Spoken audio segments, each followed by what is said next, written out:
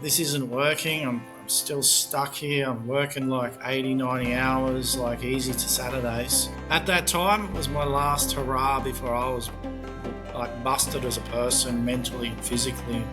My wife was feeling the strain as well. What's life like outside of work after putting in these systems, putting in better quality staff members and more qualified people that can actually do the job without so much direction? What sort of life are you able to live now outside of work? Every sectors can run if I step out. Mm-hmm. Will it be as 100%? Maybe not. It might be better because I feel like sometimes I'm the blockage. I want to hire people better than myself. They're amazing. They've got skills that I don't have. That's why we hire them. Anything breaks, it'll still be there. It'll still be intact fairly well. And you can always rebuild the business, but if you break your relationship or you break yourself, you've got nothing left. You just end up wrecked.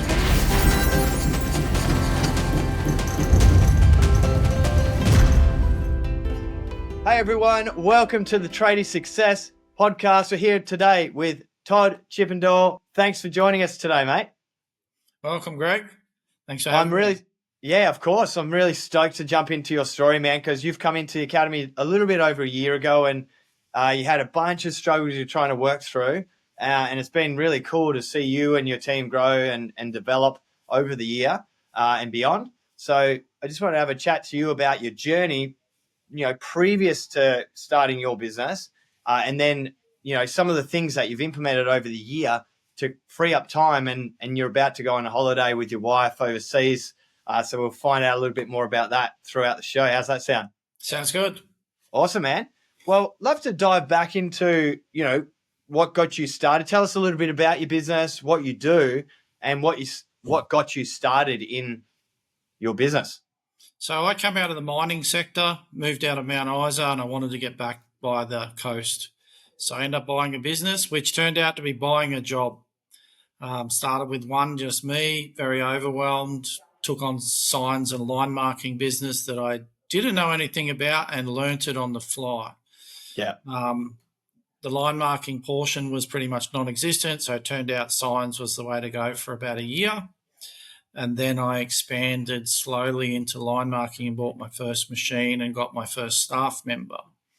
And then slowly from there, we grew to a small admin, which I didn't know the Tradies way at that time, and put on a casual, and then started to struggle through that section. And then I'm going, this isn't working. I'm still stuck here. I'm working like 80, 90 hours, like easy to Saturdays. And from there, it slowly grew again until I put on a VA.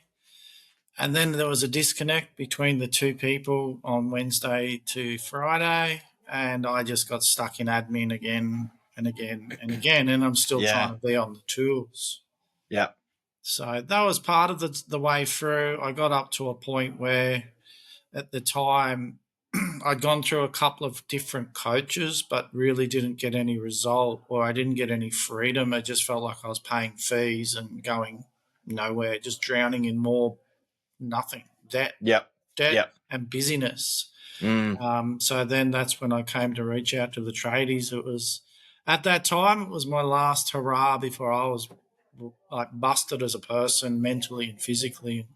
My wife was feeling the strain as well. So how long ago was that? Like, when did you start your business?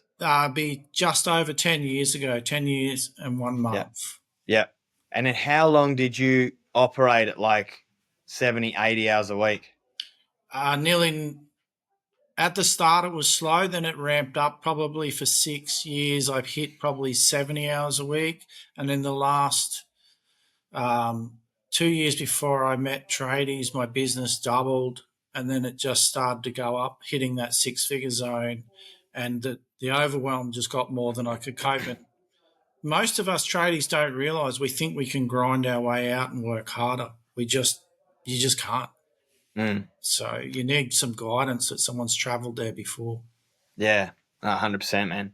So maybe paint a picture. I know a lot of guys that are listening, they'll be in businesses and they'll have a understanding of this, but what did 70, 80 hours a week look like for you in the week? Like, what does your standard week being that busy look like? And what what were you missing out on in terms of life? So there was no after work activities. The Monday used to be a killer.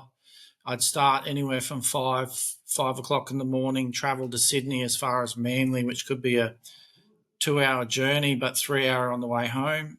And then I wouldn't finish payroll and quoting till maybe 9 o'clock at night. And there were some nights I couldn't properly think anymore. I was just too tired. And I knew I had to be back up again on the road at 5:30 tomorrow. That would be a normal day, Monday to Friday, might get home. And as soon as you get home at 5:30, quickly pack the truck again and go and quote. And quotes became just, you just hate quotes. You just get to the point you want to be busier, but you're killing yourself. So Yeah. that was what you gave up. My wife lost her husband. I didn't cook at home anymore. There was no life at home. I didn't want to do anything outside of work. There was no more fun. No more energy anyway, was there? Like There's working no that much? drive left. Yeah. It's just all saved for work. Yeah. And so what have you learnt over the last year that you wish you knew maybe in year 2 of your business or even year 1 or when you started? I would say put on that full-time admin even if you're stretching to afford it, because you don't realise how much they can take off you. VA a lot earlier as well. Yeah. And the number one is put on a senior. Stop trying to hire more juniors to save the money. I could never have get out of quoting even till now. I've got a senior supervisor on the roll. That's what got me out of that role. Yeah.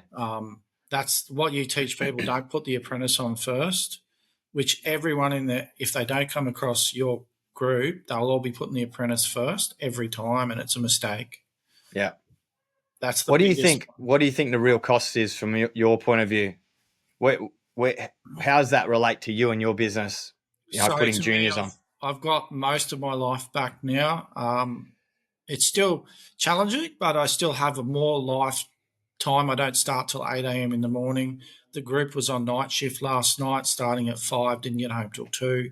I'm not involved in any Saturdays, no work outside the field at all. So it's Yeah. changed a lot. I feel way better than I ever was. Yeah, that's awesome. And working hours now, like what's life like outside of work after putting in these systems, putting in better quality staff members and more qualified people that can actually do the job without so much direction? What sort of life are you able to live now outside of work? So I get to drive my car now, which is unreal. I get occasionally feel like cooking. I'm still buried mentally in paperwork with the running the whole system. Yeah. But I still finish some days 4:30, 5 o'clock, which I never got to before. There'd be never anything under 6:30, 7 o'clock. So weekends, all mine. Yeah, so amazing. It's great. And I've been So starting to plug into books as well. So listening to podcasts, which I just couldn't do before. Yeah. Couldn't do anything. I lost my passion. It's for everything. You've been to burnout too. It's not a place you recommend anyone go to. Mm. So, yeah, it's funny that we think that, if I just work harder, I'll get out of this, and that's such a typical thing. It's what I've done. It's what you've done. I think a lot of people listening it's your default, and you get hyper focused on trying to get through these problems. And it might be the workload is way too busy right now. So I've just got to get through this workload. And then you flip the switch and then there's no work. And then you're super busy trying to do something else. And because you're in it, you can't actually see a way out of it. Like you're just sort of doing what's in front of you because that's all you know how to, handle the situation. So it is really cool to see someone like yourself go from this place where you're pushing for 10 years, trying to get out of it by working harder, but really it's just a systems change. We just had to change your mindset to release you from responsibility by hiring certain key hires in your business. And it allows you to get that time back. And just for the listeners to note as well, Todd's he's gone through a couple of ops managers and operation admin people to get the right person. But his new admin, who he's really stoked with, has just started a couple of weeks ago. And she will, once she gets onboarded and with training and time, take a lot more of that work that Todd's still wearing off his books. So it's going to be good. Yeah, it's a big change. The hiring some people, which I'd say is a key, is where they have got the right culture fit, they've got some drive, and you can almost point them in the right direction and they'll run themselves. Yeah. Yeah, that's amazing. Instead of just sitting still trying to just bludge on the tools or do nothing. Mm-hmm. Yeah, when you've got the right people in your group, they're working with you. It's amazing difference. I think it's really interesting to have a chat around as well. Is this mentality that, oh, that person's an extra $3 or $5 an hour, and so I'll go with this person to save money, but they don't realize the cost of hiring someone that doesn't have the skill set, hasn't done what you need them to do before, and not only are they cheaper hourly rate, but the cost to you as a business and you as a business owner or any management is tremendous. It's so big. Like, I'd hate to put a dollar figure on it. It would be hundreds of thousands a year in training and distraction and lost opportunity for one of those staff members that's like new to the trade or new to the skill. And an example would be hiring a tradesperson fresh out of their time versus someone that's done it for 5 years. You know, obviously you want to hire people with good attitude, but we underestimate the importance of like people having experience and made mistakes before under someone else's company. You know, those mistakes, people don't know what they don't know. And so it's not until they've made those mistakes, it's either in your book or someone else, that they actually learn, the how to do what they need to do properly. And so the cost to you as a business every time they make those mistakes, and it might be in forms of you're getting callbacks to customers because they didn't do a quality job. You're getting calls from the tradesperson because they don't understand how to do the job properly. You know, all of those are costs to you. They're non-billable costs, and they cost a lot of money. And it stops you from growing because it's pulling you away from actually just doing the work and, you know, growing the business, and you're finding yourself training more than you need to. So what's your experience around that, and maybe different staff members over time, and what you've learnt from hiring different levels of skill? I found when I hired the 3 day a week lady back in the day, she came out of the COVID thing where the jobs were all gone in travel. And I thought, oh, she said, yeah, I can do it. And she's a lovely girl, but you just didn't realize how anything was a life changer at that point for me. So I thought she was a gun. And then when I got down the road and I'm starting to drown and I've got a VA that's better than the 3 day a week, I started to realize I need a 5 day. And when I plugged into your course, it just showed me when I had the first lady sit down how experienced she was. And in 2 weeks, she left, didn't work for us. And then now this lady, what a transition Yeah. in handing her something and go, can you fix that? And you don't even have to explain the whole thing. They just go, yeah, no worries, I'll figure it out. Good, thank you, see, and Yeah. you're gone. Yeah. And for the tradies, the similar way, if they've got some direction, can use their brain and think through a problem instead of coming to me every 5 minutes, that paying the extra for just that so I can do other things that actually grow the business instead of being pulled out for stupid stuff that you think, how the hell don't you solve this? Why are you coming for? So it's a big transition. To pay the money for the right people is life-changing. Yeah. And I'm sure everyone that's listening would have had that, if they've had staff before, would have had that experience of like, how do you not know that? Like, why are you doing it like that? Like those sort of questions. You're calling me about something that's like, for us in electrical, it's like, should I put the ceiling fan over here or in here? And it's like, I don't know. I'm not on site. Like, you're the tradesman. You're meant to be the one doing the job, not calling me for direction on a simple task. And so, that is an example of the cost, because you as a business owner might have been doing something like trying to convert, I don't know, a $50,000 job or a $10,000 job. You're trying to put the right work in and build the relationship, and then you're getting distracted from these calls, and it becomes overwhelm, and then you don't even put that quote in, or you fumble it, or you miss something. So I think it's hard to actually put a figure on it, but it's very expensive to have people that are unskilled or underskilled in your business, and why we need to pay a little bit more for better people. I would agree, even if you went back to where you said in your training that you as a tradie are inefficient. You need to put someone else on so you're not answering your phone, or if you are, you're still making money on the tools with someone else doing it while you're answering the phone. And Yeah. as you get to GM level, it costs you more, or up to ops manager level, because your time value is so much higher, and they just interrupt you for what screws do I use in it? You're like, what the Yeah. Yeah. yeah. So your time cost is even higher as your business grows that they Yeah. cut into, and you've got to get protective of your time. Mm. And that's the challenge with hire better people. They actually don't want to come and bother you. They just want to use their head and work it out. Yeah. Yeah. Yeah.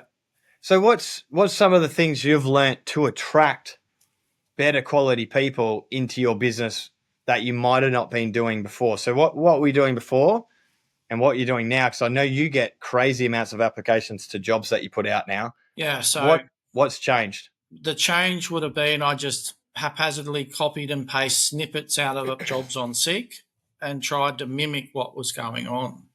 Um, the best thing I did was start to plug into the coach Jen and reading some and watching your articles on using AI with Jen's advice. And I've just got better at it. And then the Yeah. ad pull is so much better.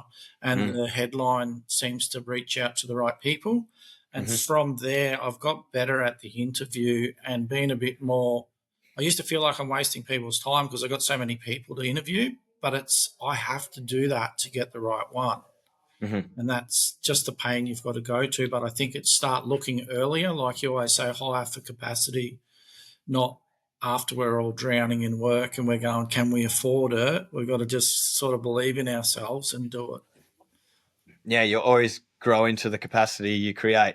Yeah. And then another thing is, I think what I really love to create some similes between sales and marketing and actually marketing for staff. And there's two pipelines. You get the same pipeline as if you're trying to get business and you're putting out some advertisement and then you get leads coming in and then you go through like a different stages of the funnel or the pipeline. And so you might get your leads come in via email and phone call. And then what you do is you take those leads and you call them and then you qualify them as a business to see, am I the right person to do the job for you? Then you go out and you actually have an interview, which is an in-person meeting about their job and what they want to do. And then we both decide if we're going to go ahead with the job. Here's how much the price is. Do you want to go ahead with it? It's the same with hiring. Like you put an advertisement out, you get leads. Then you make the phone calls and you connect with them. If they're the right people, you bring them to a meeting or an interview. And then you present an offer. And if they accept it, you've got a new employee. But just like work, you don't want to shoot yourself in the foot and just get, the lowest common. No one would get the lowest. Well, people do, but like you don't want to go for the cheapest job. You don't want to be the cheapest and not actually have any profit built into your business.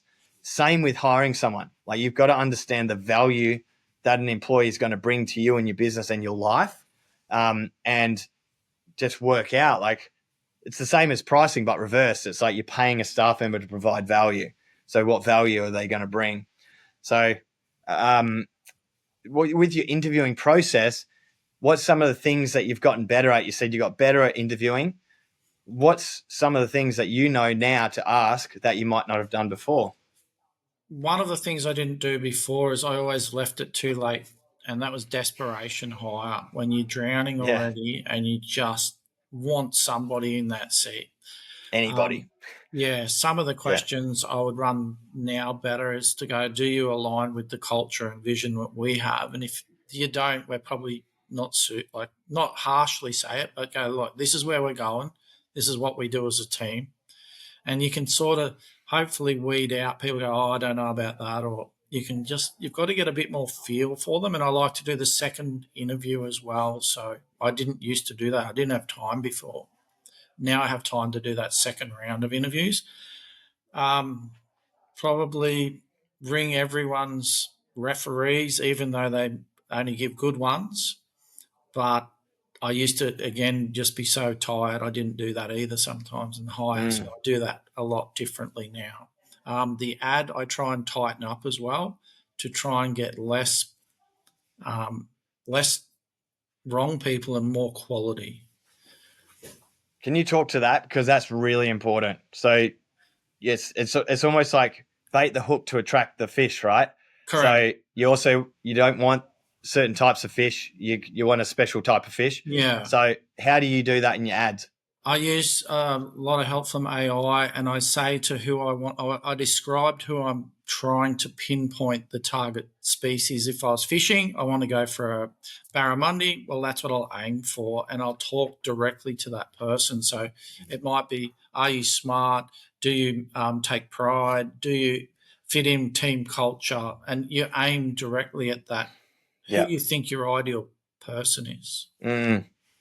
Yeah, the bait the fish to attract, bait the hook to attract the fish is such a good analogy because if you've got, you know, a certain type of bait, it will catch barramundi and it will catch all these other species of fish. And that's Yes. what sends so many people do is they'll throw the hook in with this bait you get more hits, so you get more leads, but it doesn't get the right type of person. You know, you're getting all these, I want barramundi, but I'm catching all this shit fish. Yes. And so there's a certain bait that barramundis love and no one else likes it. Yeah. And so that's what we want to think when we create an ad. And it's the same with your marketing for clients as well. You want to attract a certain type of person and you want to detract other people that aren't the right type of person for your business because they're just time wasters otherwise. You know, like it's better that you just say up front, we're not the cheapest, but we're the best or something like that. And people that want the cheapest aren't going to even inquire, which is a good thing because you don't want to be working for people that aren't going to pay you the money you're worth, especially if you're a quality product. So I think, you know, it's a really powerful thing. So I'm glad you're getting some great results from that. Absolutely. What would you say some of the other big takeaways have been for you? Like what's some of the big like aha moments that have actually had huge impact in your life and business? Plugging in with the coaches, like doing your break even analysis, so the cost of ops. Yeah. I'd say a lot of tradies don't have a clue. We guess we do, but we don't until we meet Chantel and go Yeah. through that scary scenario and see, wow, how am I sitting here? So you don't really realize. And as you expand and grow, you have to add more into that calculator, which then makes your overheads go up, which a lot of people don't realize. And you get that profit creep where your margins aren't high enough to carry for your new rent or your new hire. Yeah. Yeah. So things like that's been a real game changer. Some of the other coaches, like if you were to explain cost of ops before we move on, if you were to explain cost of ops to someone else that doesn't know what you're talking about, how would you explain it? So I'd say we take all of your spendings that you're doing for the last year would be ideal. If you wanted to look tighter, you could look in the last 3 months, but you could work out how much it costs you for 1 year's spend.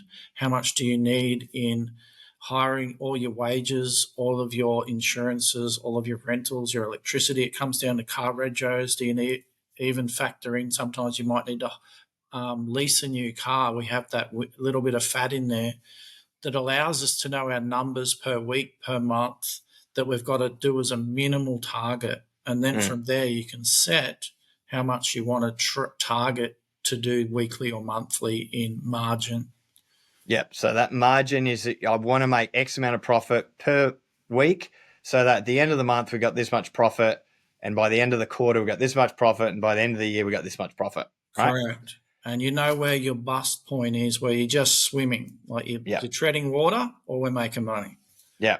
Now, the important thing about this is each week when you do this and you actually close off your books, you invoice everything and you look at how much you earned and you're under that week after week after week after week, you're going like, what the fuck? Why? What's the reason? And you're looking into, you know, your labor productivity. Are we overspending? You know, are we underpricing? You know, is there a pricing issue here? And all of that becomes super obvious when you see that you need to hit this dollar figure every week. And if you're not, there's something wrong. And it's usually most of the time people underpricing. They feel like they can't put their prices up because they won't win the work. You know, the amount of times that people have been able to put their prices up through the academy and just through better positioning and branding and just your better marketing and sales, like you can definitely push your price up. You just need to know how to do it. And that stops a lot of people from doing that. And they end up working, like I talked to someone not long ago who spent the whole year busting their asses out and not even paying themselves personally to actually end the year in a negative figure. And it's like, were you busy? And they're like, we're busy every single week, all year. And it's like pricing or efficiency. There's something really going on there. And it turns out like they just weren't allowing enough time for their tradespeople. They priced it at what they thought it would take them. Yeah. But their team was always going over, like way over. They were taking way longer. And so they just accepted that. Oh, they're taking longer, but that's just them. They're not as fast. And they just left it like that. And then over the year, that was a negative profit job, paying the customer to do the job because the team took so long. We could have fixed that like within weeks. Could have realized there was a problem, could have identified it was that and changed it, and that wouldn't have been a problem. And that's the importance of regular and having that benchmark for one, but then regularly checking and seeing how you performed each week. Yeah, that's true. Even watching your providers, like we buy paint, we buy metal, it's watching if they've put them up on you or, and then you need to move with them and put the price up. The other one that really helped Greg is the price calculator. So we put it in the shopping list, and we've done that now because I'm going overseas. And last night's a great example of we priced this paint job, and I went, oh, I'm going to price this. Oh, I feel funny being the owner. Oh, she priced it straight out of the price list, the lady, and it was 800 dearer than I was doing, and that's straight out of that price list. If my emotions don't come into it when you set that up. Yep. Yeah, you've standardized the pricing. Yeah. So it's no longer emotional. You know that this is what you've set your prices at so that you can make a profit. If you can't make a profit, we've got a problem because the business won't survive. So there's no point you going out and doing services for like a great job for your clients if you're not going to survive in the long run. And we get too many people, especially recently, like a lot of people are coming in and they're just not making money. They're still charging like it's $19.99. Like, honestly, it's fucking crazy. And so they really believe deep in their soul that I can't put my prices up or I won't win the work. Yeah. And it's just not true. Like it's just not true. And I think once you figure out and you do your cost of ops and you figure out that your pricing is the problem, and you will realize that every job you're doing, you're actually paying the customer to do the job and out of your family's money. You can change your mindset around that shit.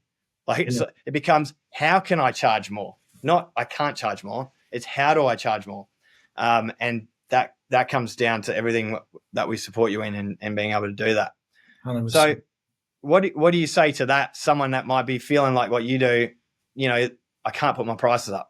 I won't win the work. I'd say you have to. You need to put your prices up. It is scary at first for an owner because you do freak out a bit. But like I've got a couple of seniors in the office and they're like, hey, how can't you? Just do it. And I know they don't feel it the way owners feel it.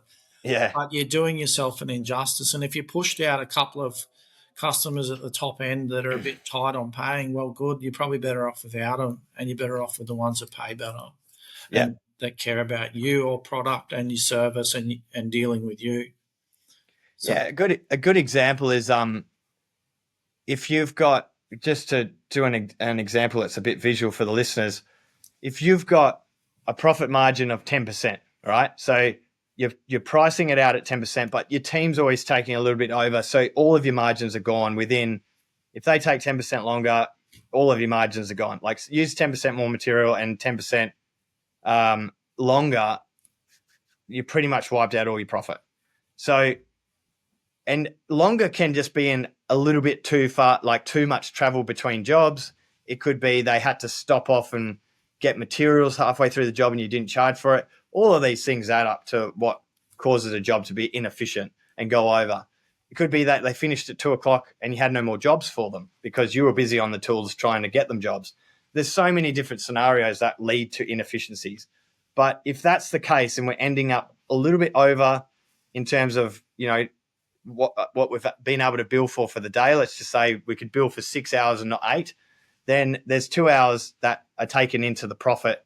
All your profit's gone. Like, you're working for free. There's no money. You're not making money. You're not growing, and you've got no money to hire people to support you and your business to be able to deliver a great service either. So when you've got an understanding around that, we can say, well, what if we increased our price by 20%? It seems like not that much. But if you're already 10% under most of the time because of all of those inefficiencies in the day, and we increased it by 20%, we've absorbed that 10% that we're losing, and now we're 10% above. So we're actually making profit now. So that's an example of how we can shift an inefficient business into a profitable one simply by increasing price. And it's better that you win less jobs, but the jobs you do win are actually profitable. It's better you've got space on the schedule and your feeling is like, I've got to get some work on the schedule. That's a better feeling. Everyone hates it, but that's better for your business than you're snowed under and you're so busy doing negative 10%, negative 10% profit work. That's what people do. They get stuck doing negative 10% profit work and they're so busy.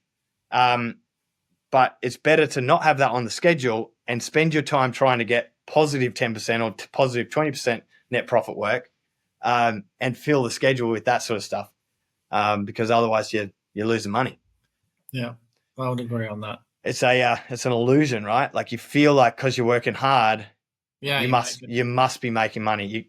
Yeah, it is an illusion. Unless you're watching your numbers on that cost of operations, you've really got to watch every aspect. Your electricity goes up, fuel goes up, wages just went up, super goes up. You've got to be watching it because that creeps into your 10% or your 20%. It's getting nibbled away. Yeah. One of the other things I didn't mention is using, like you brought us in on Asana, using a customer relations module and tracking jobs and sales. A lot of tradies starting at 1 or 2, or any of us in this business, we didn't have that. We just started on, my BDM goes, you got here on paper clips and string. How'd you get here? But yeah, we're here. We're using a CRM now. So it does help massively tracking what's going on throughout the business from the start where the customer enters to where they exit. Yeah. Yeah, understanding your customer journey. So the moment they know about you, inquiring, and then every step along the way, all the way to invoiced and got a review and getting the next job from them, whenever that is. So yeah, super cool. I'd love to also know, like, what's your plans while you're away? Like, how have you set your business up? Because a lot of people go, I want to go away on a family holiday. And I know I've worked with you over the year to really get your business into a place where you can sort of leave it and spend some time with your family, whether that's every day or every week, every month, or being able to go on a holiday. Everyone's different, but you're about to go on holiday. Can you tell us about the holiday and what you've done to prepare so that you can go away and not be fully coming back to a big pile of problems? So I'll put it this way, I didn't organise any of the holiday. My wife did everything. Nice. And even packed the bags because I've just been hectic. But I started out with, when I came to the strategy day up there with you, we went back with the idea to buy my time back and hire an ops manager. And we tried implementing that and the gentleman couldn't do the role. Then we went down, well, what are we going to do next? Admin or office manager. And we tried a couple of those people out of many interviews, thought we had success. And then we got the last lady to join us.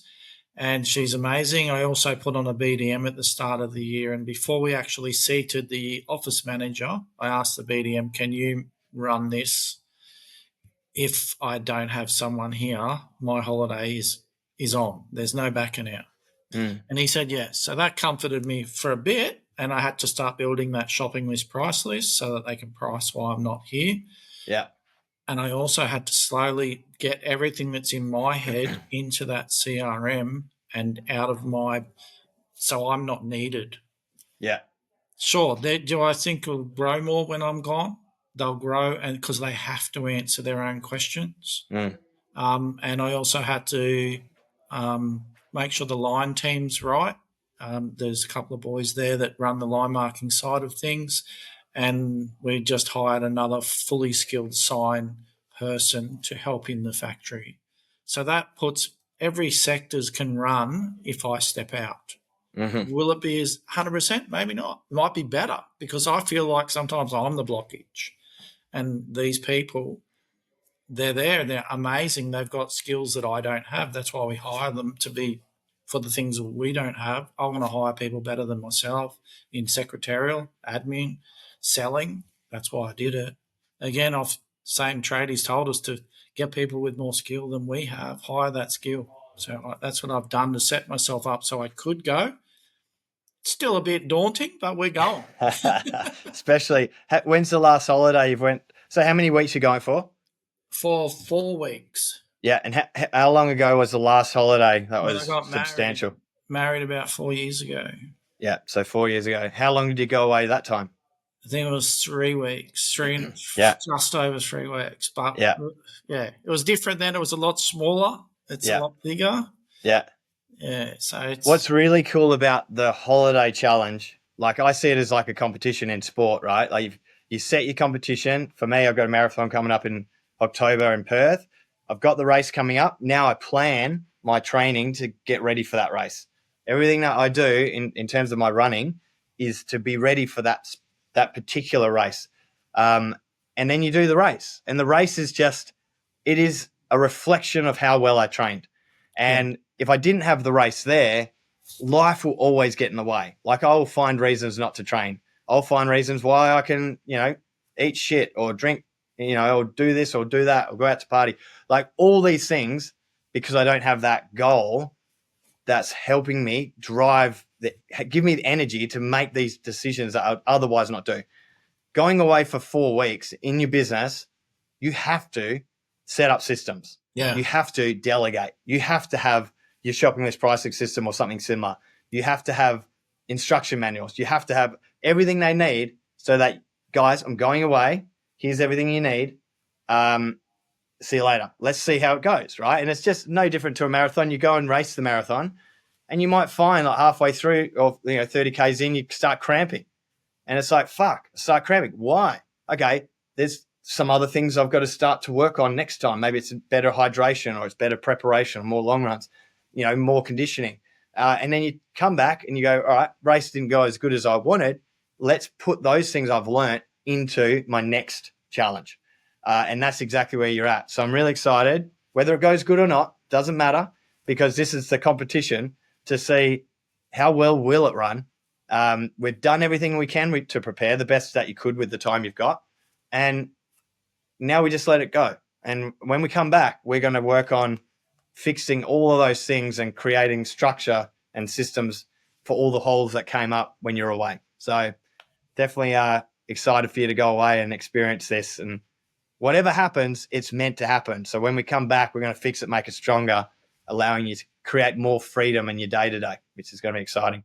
100%. That reminds me of your wife's analogy, the 3 balls that you juggle. Yeah. So that's where Can you tell that? Can you tell everyone that one? So we have 2 rubber balls and 1 glass ball. And the glass ball, is that the right way? Yeah, that's it. And the glass ball is the family. And the business will always bounce back. However, the rubber balls always bounce back. What's the second rubber ball? Have I got it right? Yeah, it's you, your family, and work. Yeah. Okay. So if you drop the glass ball, it shatters forever. So you lose your wife, your kids are ignoring you, and you burn yourself to the ground where your mental health and your physical health lets go. But to drop the business, like where I go away, example, if anything breaks, it'll still be there. It'll still be intact fairly well. And you can always rebuild the business, but if you break your relationship or you break yourself, you've got nothing left. You just end up wrecked. Yeah, totally. Love it, man. What a great way to end a great podcast. And I appreciate you coming on, Todd. It's been awesome hearing your story and what you've been learning. And Really pumped for you guys to go away and really enjoy yourself. So well done. Cheers, Greg. Have a good one. Thanks everyone for listening. See you next time.